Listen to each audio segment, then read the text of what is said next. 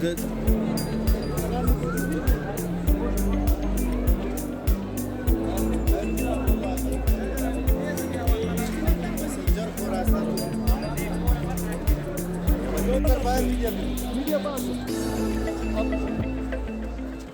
जी, Indian का जो player था वो रोड टू यूएफसी में भी खेल चुका है, जो दुनिया की सबसे बड़ी लीग है वन चैम्पियनशिप, जो कि यूएफसी के बाद है बेलाटर एमएमए, उसमें भी वो खेल चुका है। मतलब इंडिया का जो है सुपरस्टार था वो इस टाइम, और इंडिया का जो है मतलब वो उसका रिकॉर्ड भी मुझसे जो है डबल है, 11-2 और मेरा 6-0 है। तो अल्हम्दुलिल्लाह फाइट मेरी टफ थी, और मैं ट्रेनिंग भी कर रहा था। रमज़ान में अमेरिका में था मैं, वहाँ पे मैंने ट्रेनिंग की अपना रमज़ान में रोज़े की हालत में मैंने ट्रेनिंग की।